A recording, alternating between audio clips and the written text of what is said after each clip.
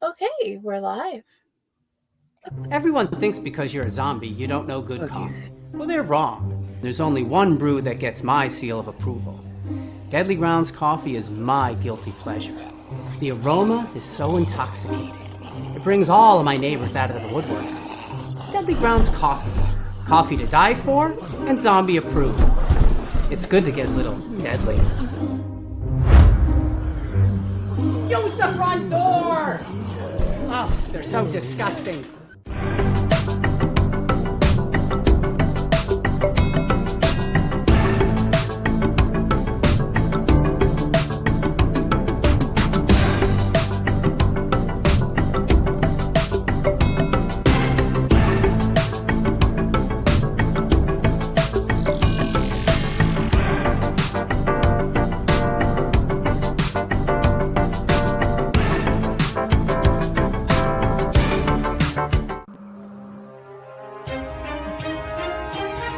The Dorkening and all affiliated shows are not intended for anyone under the age of 18.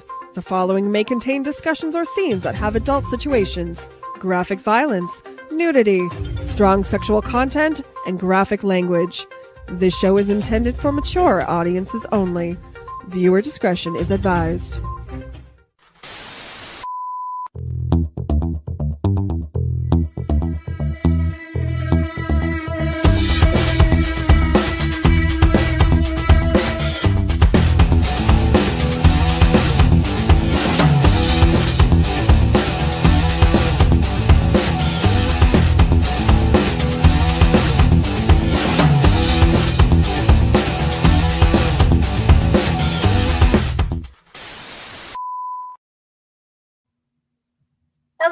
Hello, my beautiful lovelies. Welcome back to Unprinted Pages. I am so happy to get to be here on the release date of Andrew's new book, The Beneath the Deep Wave. Sorry for that. Slight brain fart. And welcome, Andrew. I'm so happy to see you. Thank you. I'm happy to be here. Can you please tell us a little bit about you? Certainly. So my name is Andrew McDowell. I'm an indie author based in Maryland. So this is a big milestone. I've been working on Beneath the Deep Wave for a long time, just as I did with the first book, Mystical Greenwood. So I am officially now a 2-book novelist. And in between and before that, I've appeared in many different anthologies and literary journals, principally through the same publisher, Faycor. So that includes poetry and short stories, and in some cases, little essays as well. So that is awesome. Thank you.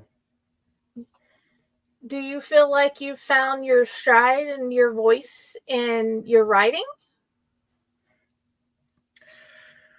I don't know if I'll ever truly find it. It's, something like with every writer, it just grows and changes over time. So it's something that I guess is ever evolving. I mean, ever since I started, I've learned so much and had to teach myself so much about, plot and character development and even grammar and language. So, I mean, always learning, always evolving. So I guess time will tell what people will say my voice is.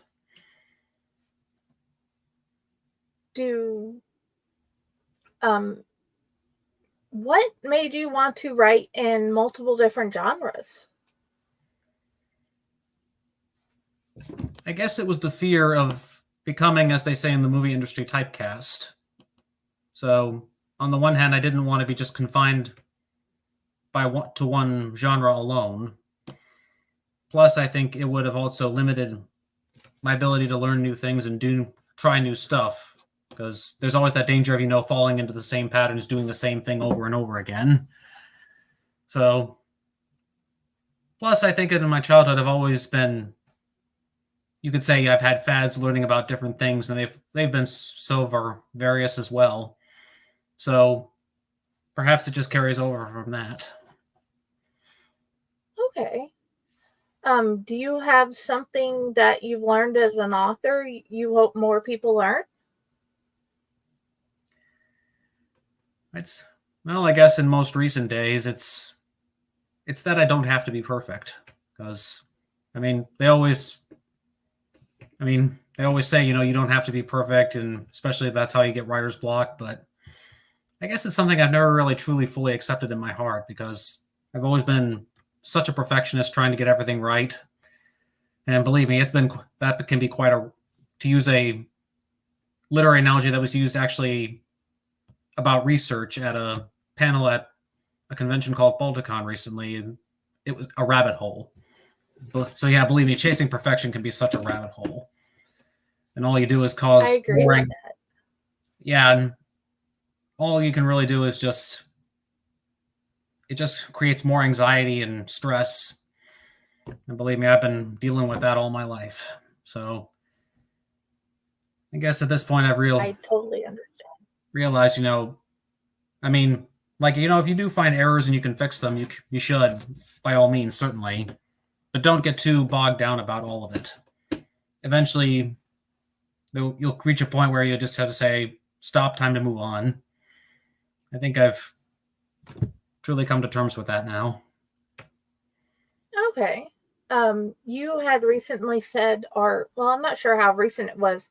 In another interview, you had talked about you finally figuring out that it's better just to start writing instead of trying to figure out the perfect words. As long as you got the words down, whether they're bad or good, it was the best thing.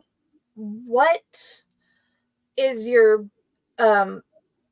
best ideas and techniques to suggest to other writers about starting to do that? Well,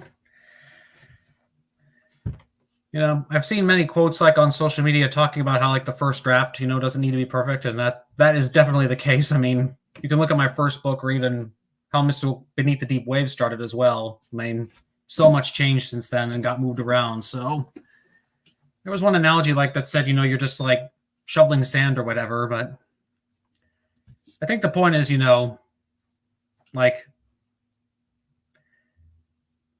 it's better to have, words on the page than no page at all. And that's another like famous quote, you can't edit a blank page. So Exactly.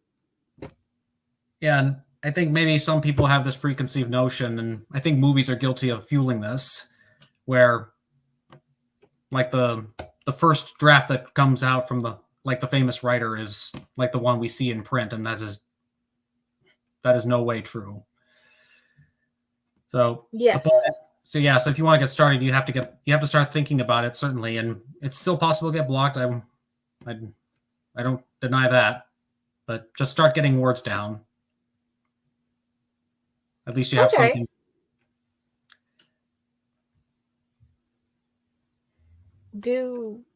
Can you please explain different ways how one can use the beautiful idea you suggested, where you can take scenes from a previous work in progress that didn't fit well in that work in progress into another, the second book or a whole nother story?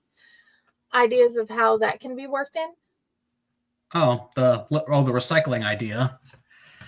Yes. Yeah. So, yeah, absolutely. And this can be as a great way too, perhaps, to help, not only build your story, but get over writer's block. So, because when you edit a story, sometimes when you have to cut scenes out because they don't quite fit and you can't quite fit them back in, it's certainly easier, if you have a series, you can just stick them into the next one and say that maybe this will take it somewhere. You never know. And I did that with some scenes that didn't end up getting cut from Mr. Greenwood went into Beneath the Deep Wave, and some even in Beneath the Deep Wave are going to have been cut, and I'm going to try to use them now in the third book in the trilogy. But basically, you just take the scene, the paragraphs you think are really good, just stick it in, say, a blank chapter or whatever. And, you can leave it there for a while and start working, because, I guess this is the way I do it now. I don't write from beginning to end.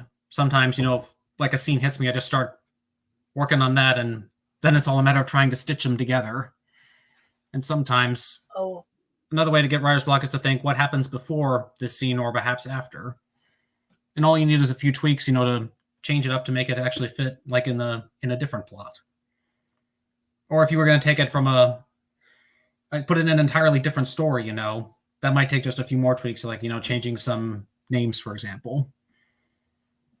So it's like just taking a basic structure and, putting new furniture in. I like that. And I thought that was one of the coolest ideas that I had heard when I first heard you talk about that in a previous interview. What is your favorite place or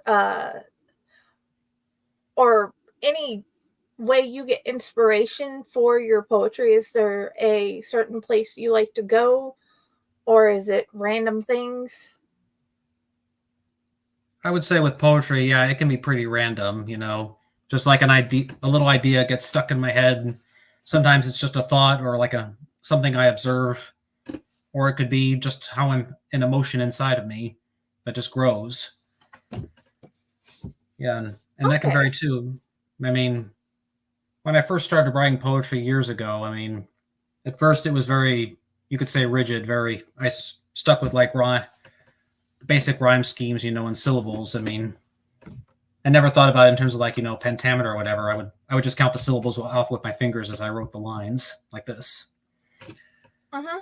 Then I ventured into writing sonnets, and then I tried some other forms that I learned about in college. But I'd say most of my more recent poems these days are free verse.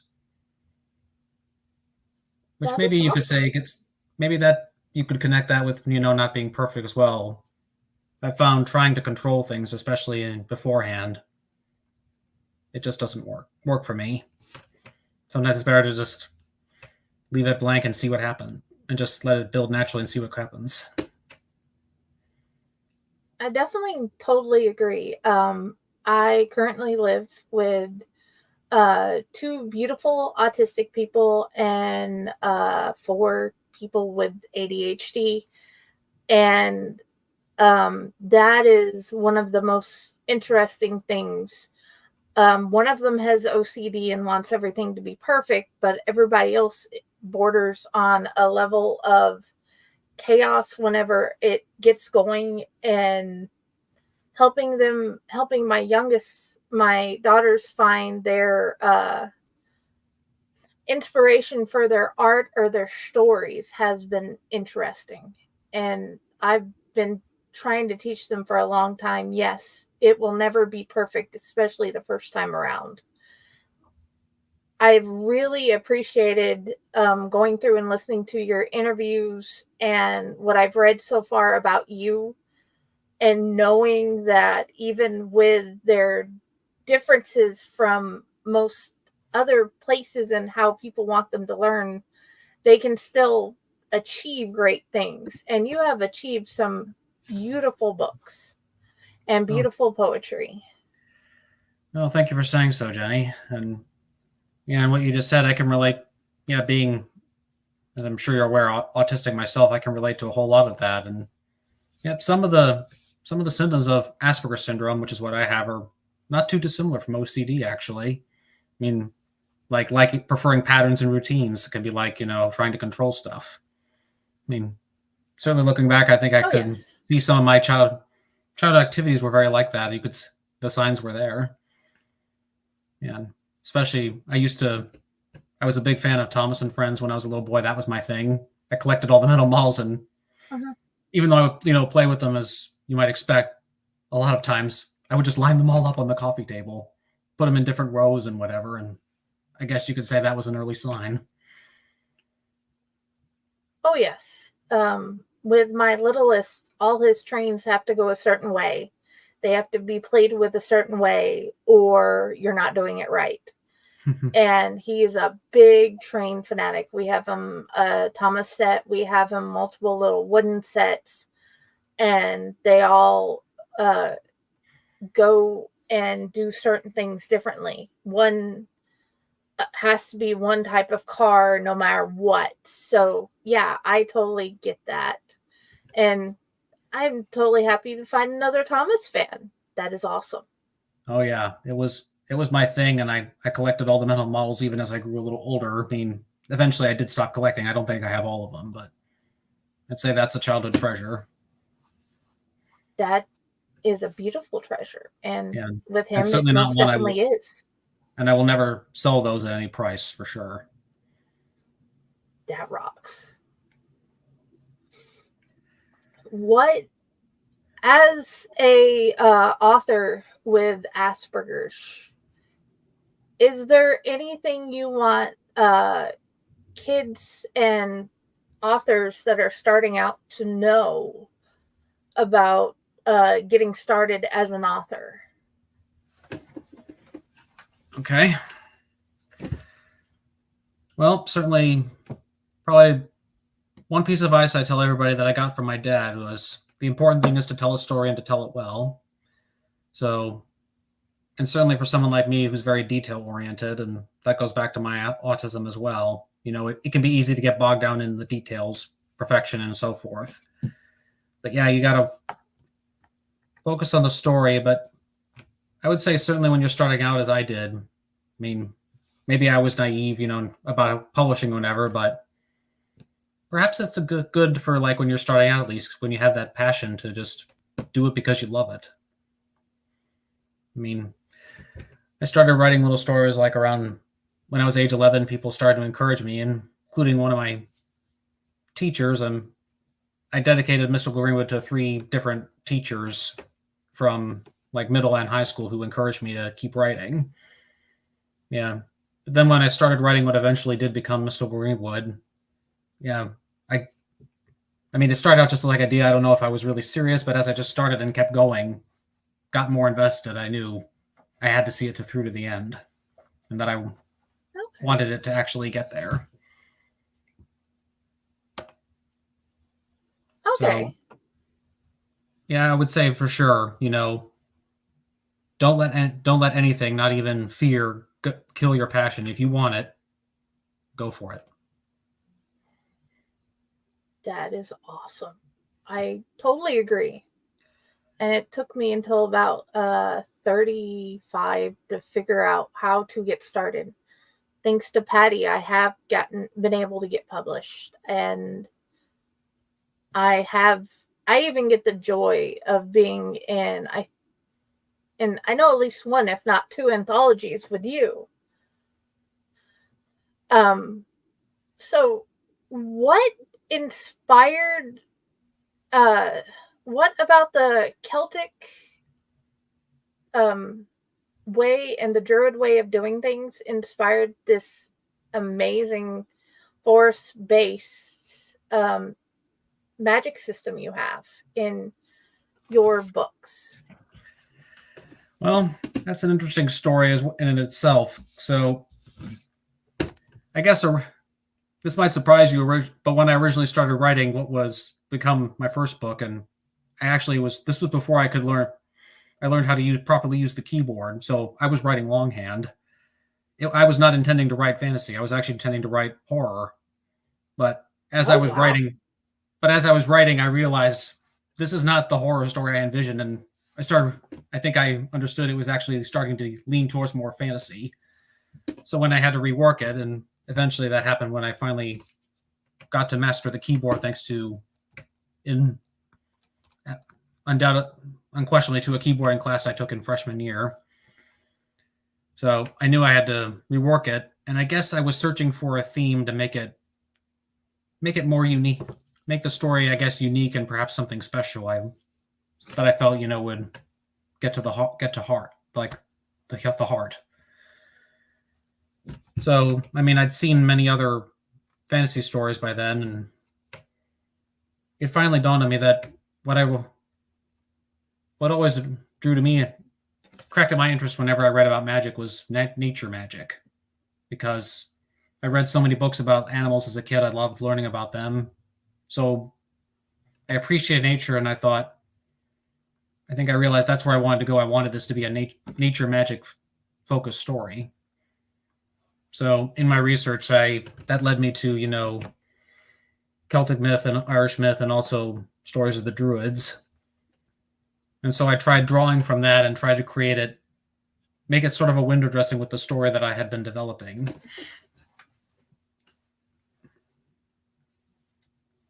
I can, as a reader, I can see how much you love animals in your stories. The sage advice of this is based, what they do is based on your magic. Pay attention to how they react to their environment, what they do, how they react with each other, and how that helps teaches them. Yep, I guess in reading about animals and watching so many programs about them as a kid, like for example, as a kid, I watched a lot of the ones with the Krat brothers. Yeah, it was just so fascinating, and especially with my own pets, I like to think, that they have feelings and heart and thoughts as well, and They do. so I guess that's something I aimed for with my animal characters and by extension nature as well. Wanted to show like them suffering and going through things just like the human characters. So I thought that's how, if they were going to become one with nature, they had to try and find that connection, find what they have in common. Okay. How does the royalty in your stories how do they work with or react or cohabitate with the magic users? So you're referring to the new royal characters in the new book. Yes. Yeah. How is going forward? How is this from the beginning going forward? Less spoilery. How? Yeah, I guess you could say maybe for the older generation, they kind of see the importance of working with them with the alliance, but also perhaps some unease, because it's like these are people they have not seen and something has not been known in the land of Denu for so long. But I'd say for the younger generation, though, they find themselves, working much easier with them. Like they're more open. Yes. So, yeah, perhaps it's that clash of old and new.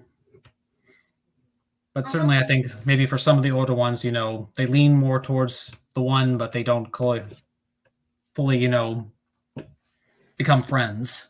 Whereas the younger ones, they become firm friends. That is awesome. With the villains that have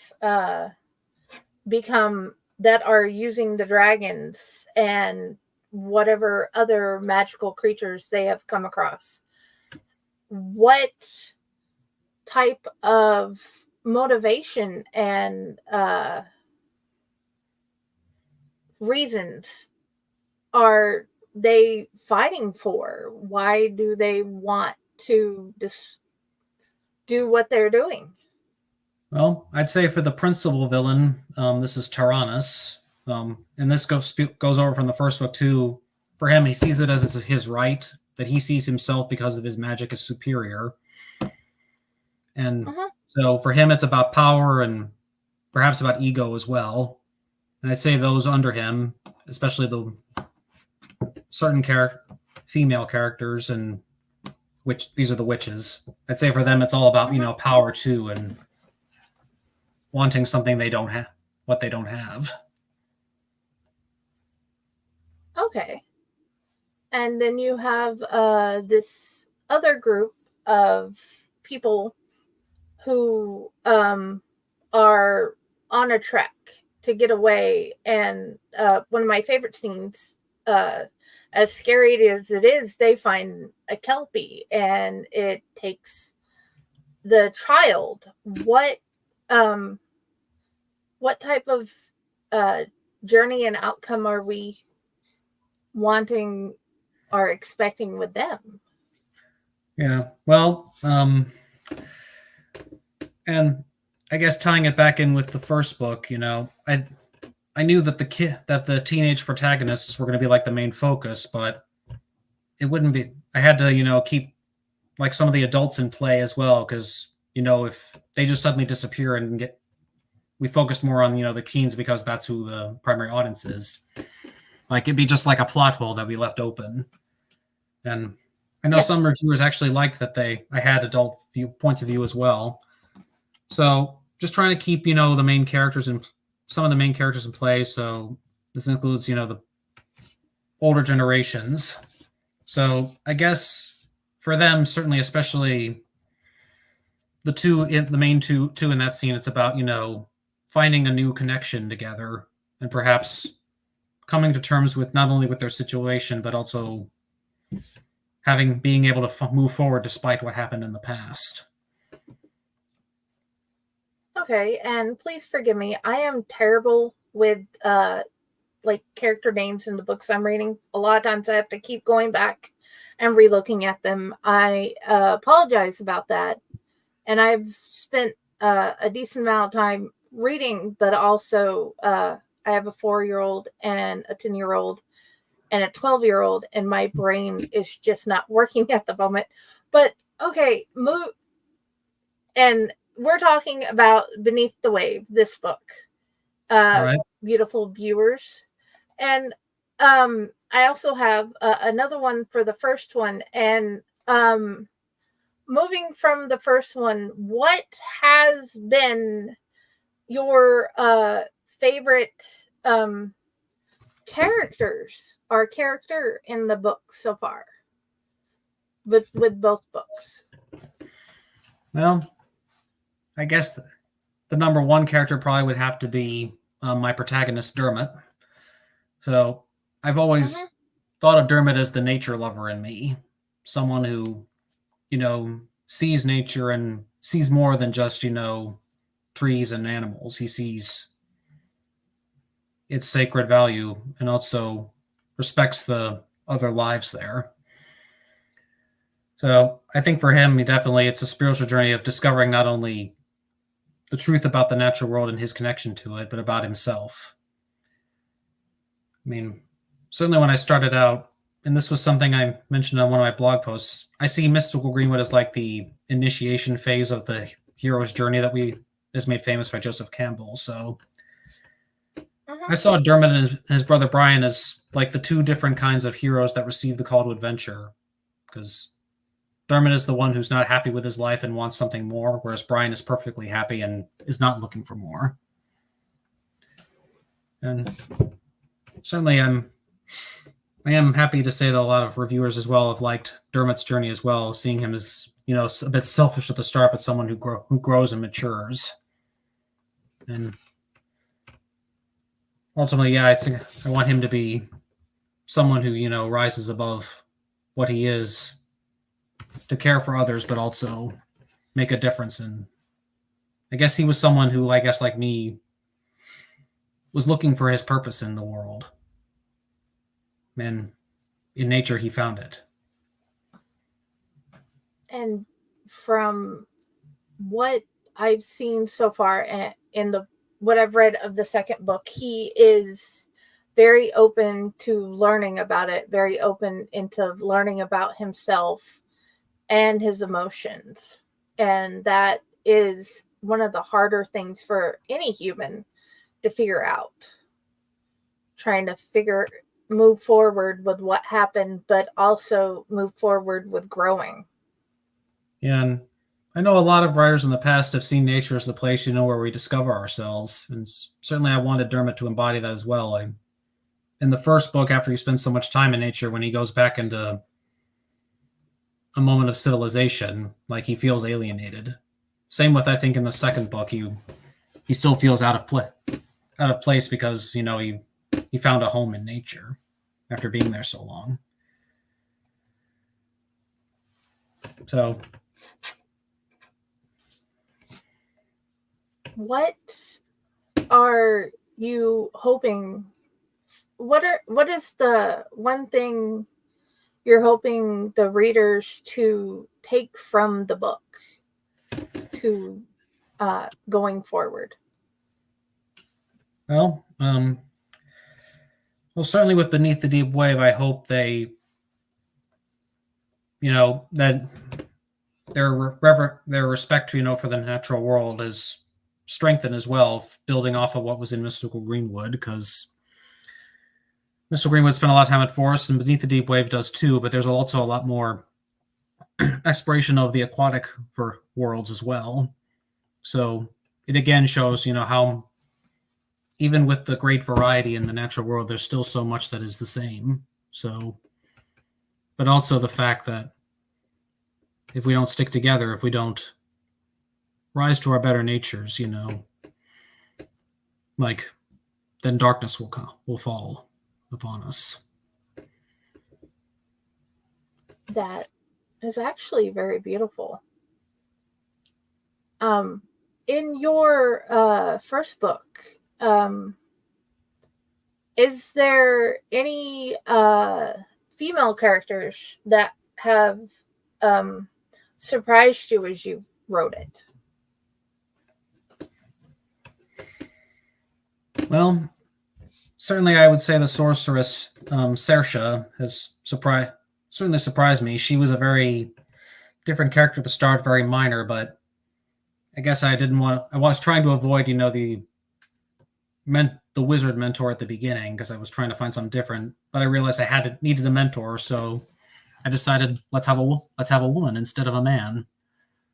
So I tried to create a sorceress instead, and I always saw her as trying to be like, an embodiment of Mother Nature as well. Like, that's why she's got some, like, I guess Mother Earth has been, there's the young maiden, there's the mother, and also the old lady. The crone. They use a different. I didn't want to use the word crone. It seemed derogatory. So that's why I tried to give her characteristics of all of them. But in the magic community that I have seen, the maiden, mother, and crone is used a lot, even though she's not exactly a crone as most people see it. Yeah. But those who love magic and like to study the magic as this world sees it, see it as a good thing as well in a lot of situations. So it's the first thing that came to my mind. Yep. I would say maybe the mother Granuel has surprised me a bit too. So she was the one parent Dermot wasn't closest to, but I think she's also starting to, come out of her shell too. She hid behind a shell, but I think she's come in Beneath the Wave. She's finally coming out of that. And that maybe the new heroine in the new book as well. She had a very different start as well, but where she's gone, I think she's surprised me as well. That is wonderful. I can't wait to see it as it unfolds.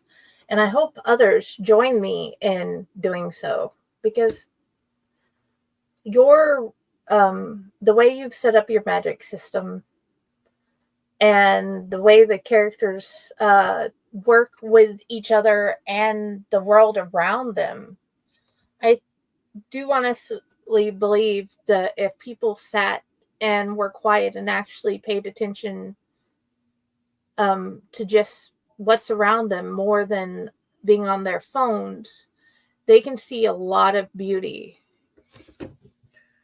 Yeah, believe me, I'm still struggling to, achieve that myself. So, I mean, it's happened, in a lot of recent years, especially I think it got the worst during the COVID pandemic. Like, some writers, spent their whole time writing. I went the marketing route, and let's just say the social media internet time it took its toll on me. So I'm still trying to find that. I'm still trying to find that balance, but I know now I just gotta, beat the internet addiction. Yeah, I've struggled with that, but I think I've made some hard. Oh yeah, I've made some strides. Like, for one, I don't have any social media apps on my phone anymore, so I try to limit phone use for sure. Computer's another story, but hopefully I'll figure that out. I hope so. part of my job is media, podcasts, promoting. So I've been trying to limit how much I do in a day.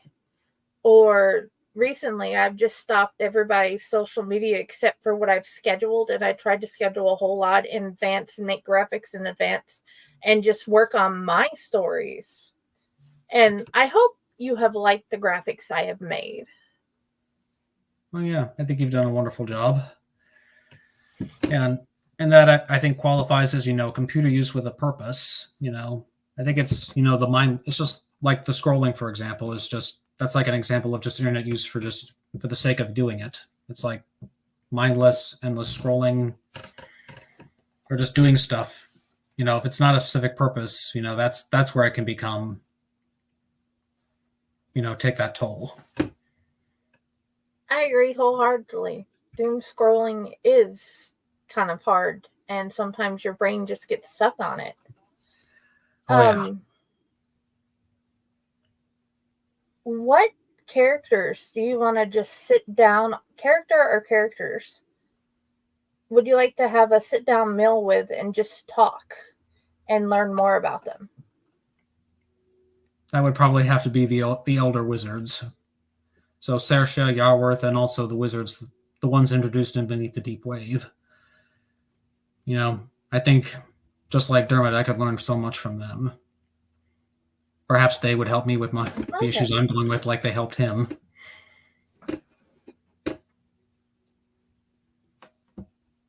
That would, to be honest, that would be wonderful, just to sit down and talk with them and find out how to work through these things or get better at what we're trying to do. I agree with that thought process. Do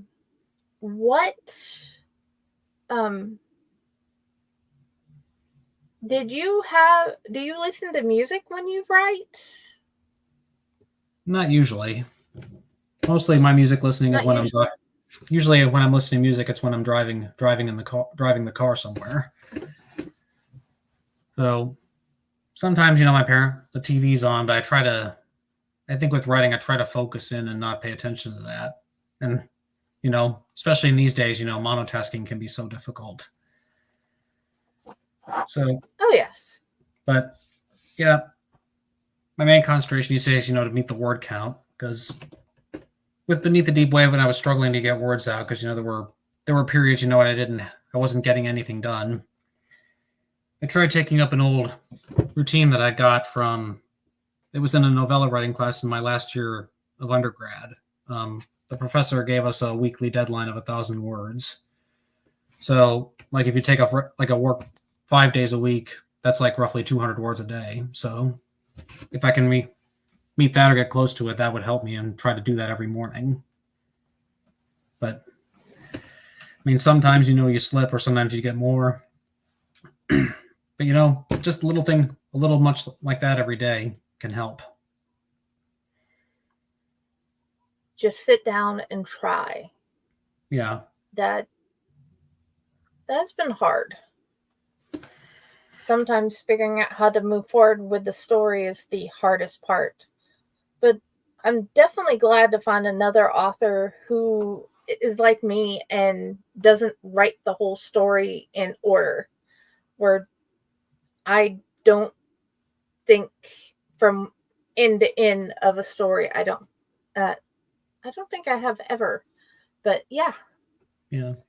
Well, like plantsing, as they say, a cross between plotting and pantsing. Because sometimes I think of some things in advance, but it's like generally it's very general. Like, I don't try to minutely plan everything in advance, but it's like trying to plant. Either. So I guess that's why they call it planting, where you plant the seeds and see where they go.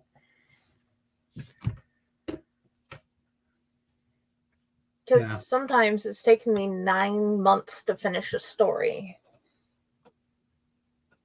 So, well, just a short story. So, what is your comfort reads?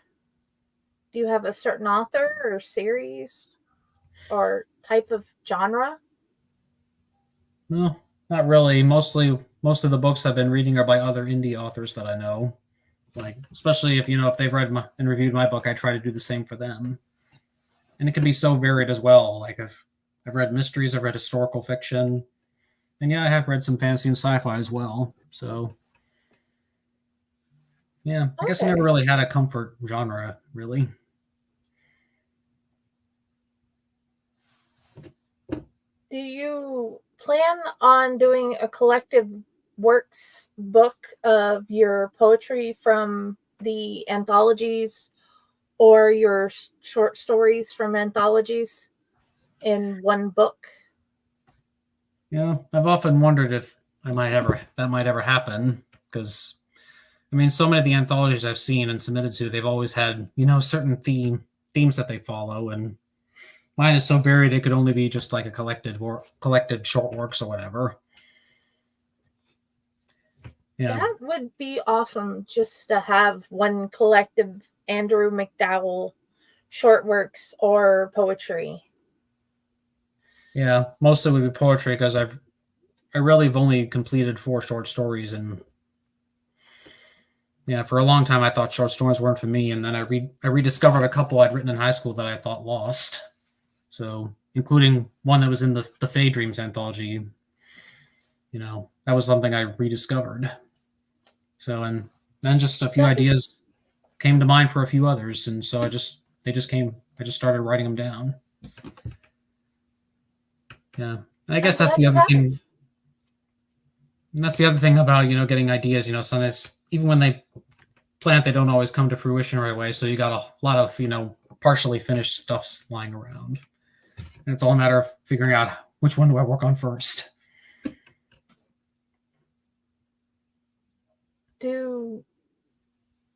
Are you a coffee or tea drinker, or neither?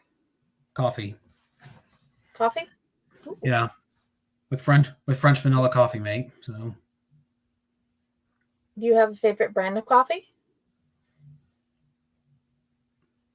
never really thought about that. Just drink whatever I just drink what my parents buy, because I still live with my mom and dad. I still live with my mom and dad. I live with my mother-in-law. So I definitely understand that feeling. Having them around can be a good thing. What is your thoughts on zombies? Can they climb? So, thoughts on zombies? Can they climb? Yeah. Wow. I asked all authors this question.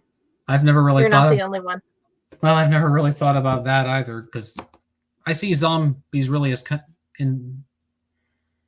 it's interesting, because the zombies we think of today are not the zombies from voodoo, voodoo myth.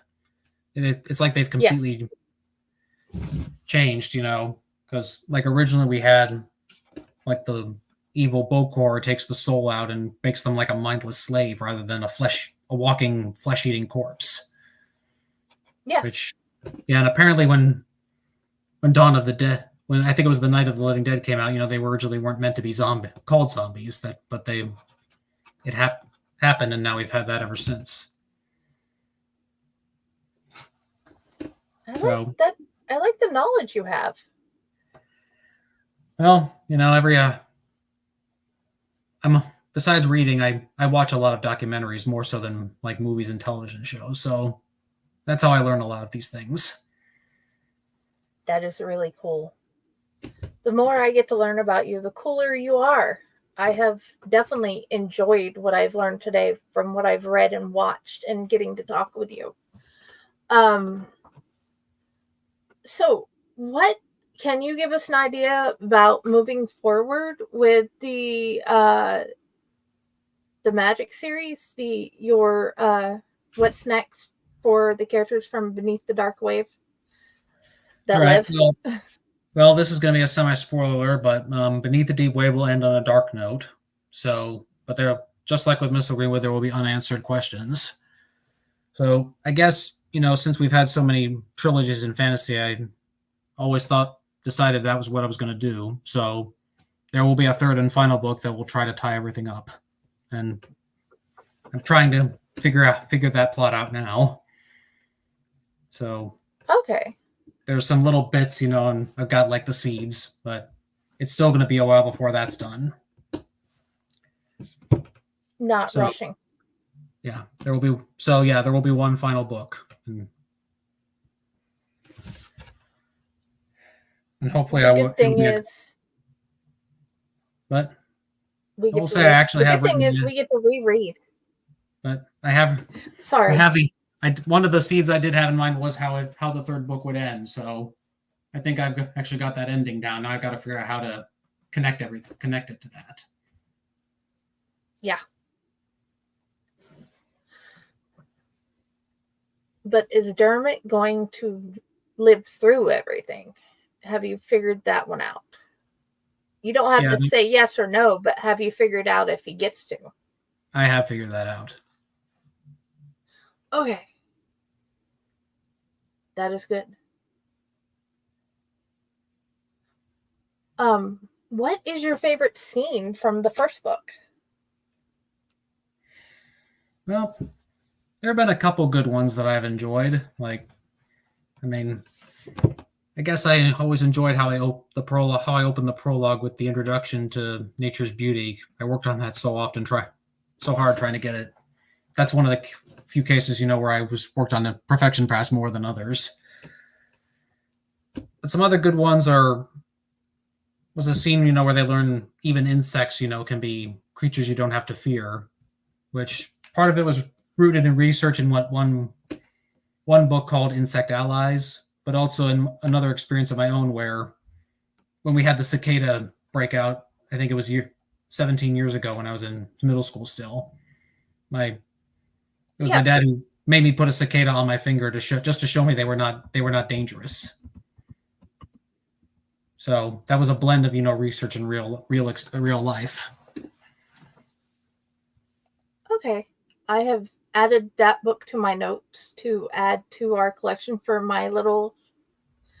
What about the second book? What is your favorite scene from that?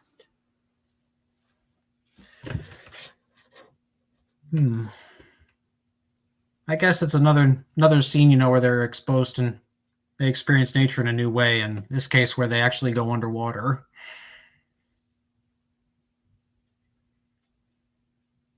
Do you have a favorite water creature that you added? Well, there's so many that I like. It's kind of hard to answer that, in general, but I guess the scene was confined to the kind of environment that it was, and this involves a kelp forest. This particular scene, because I guess early on, I kind of wanted to have so many different kinds of creatures, but on the one hand, I realized it would be overcrowding, and that's never a good thing. But also that they wouldn't all be able to coexist in the same environment. So one fantasy author who in fact did that, who recognized that as well, was the author of the Redwall saga, Brian Jakes, because he has animal characters, who talk and wear clothes. He was asked about that, I think, and he said, he didn't try to use every animal in the zoo. He just used the species that were native to his native Britain. So I guess I realized as well, and this is something I've always said realized about world building, if you want the world to be believable, there has to be an element of realism. So having creatures out of their natural environment wouldn't work, or whether it be land, water, or whatever, wouldn't work.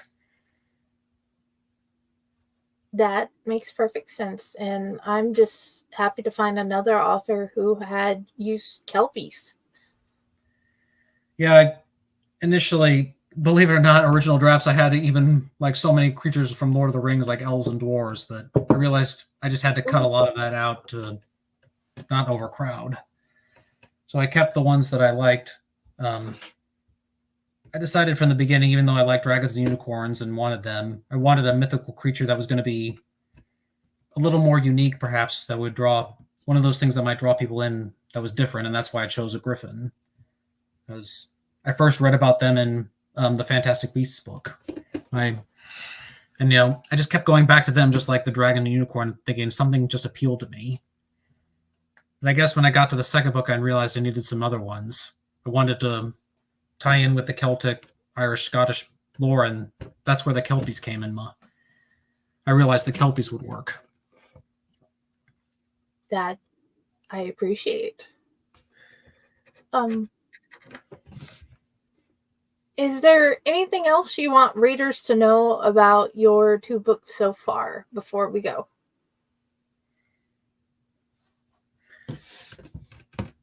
Well, just that I hope readers will enjoy them, and certainly with Beneath the Deep Wave, I hope they won't think I've lost my touch.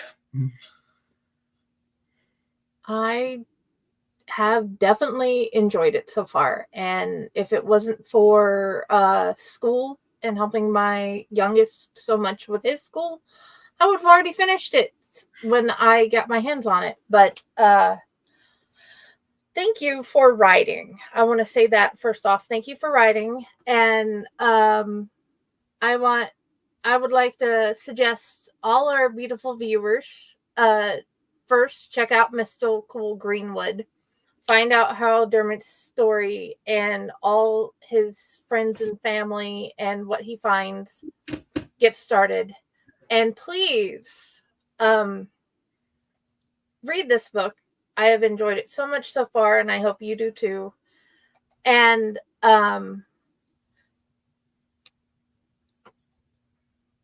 there it is. We have this new anthology coming out, Nightmare Whispers. And we have so many great authors.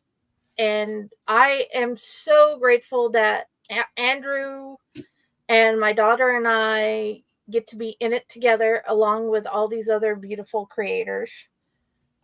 And where would you like people to find you? All right. Well, I would say my website /blog would be the main hub where to find me online. Let me see if I can put it in the comments here.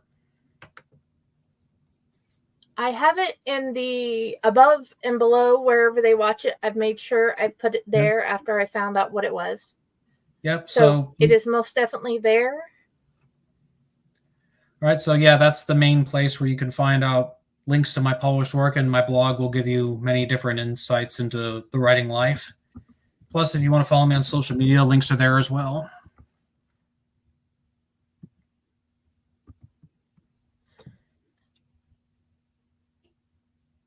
Hold on. I have put an H where there should be an N.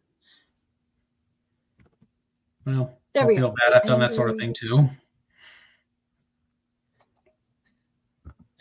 Okay. Now it looks right. There we go. It is showing up on all our pages in the comments. And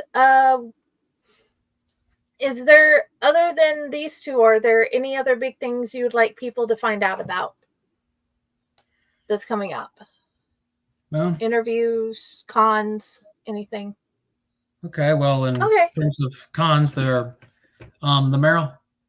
For anyone who's like in Maryland or lives near the Maryland area, the Maryland Writers Association, of which I've been a member for years, is having their annual convention in October on the 19th and 20th.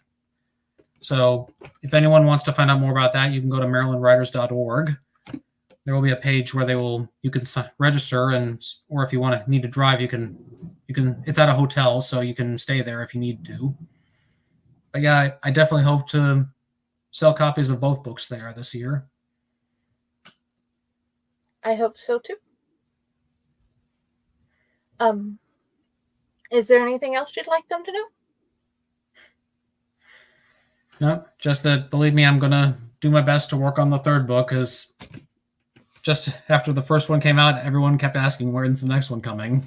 Now I'm pretty sure they're going to be saying the same thing about the third one.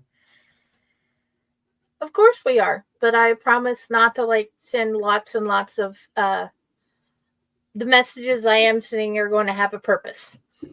Okay, guys, the Owlite Network has this wonderful anthology out, the Owlite Menagerie, with all authors that have either guested on our network or are hosts of our network.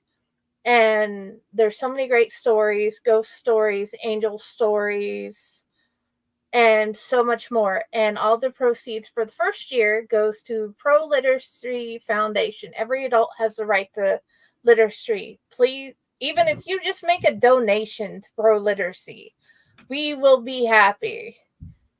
And you can find me at the Outlet Network at Fake Horror Publishing. You can find me on my actual pages, Friday with the Library in the Blue Box. And Jennifer Elliott is my author page. And yes, I will keep sharing about Andrew McDowell and all our other amazing authors on all the pages I admin that allow it. And I hope you guys have a wonderful night. Thank you again, Andrew. And good night, everybody. Or I think this one is better.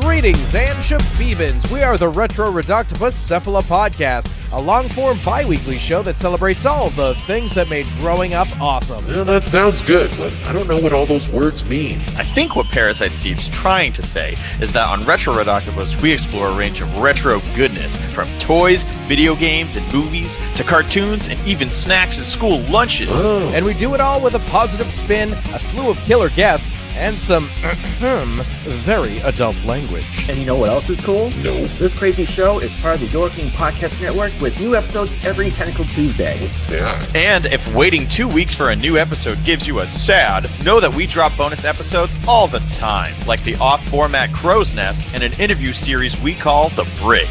You can listen to Retro Redoctopus on Apple Podcasts, Spotify, Stitcher, or any app that's cool enough to carry the only show that celebrates all the things that make growing up awesome.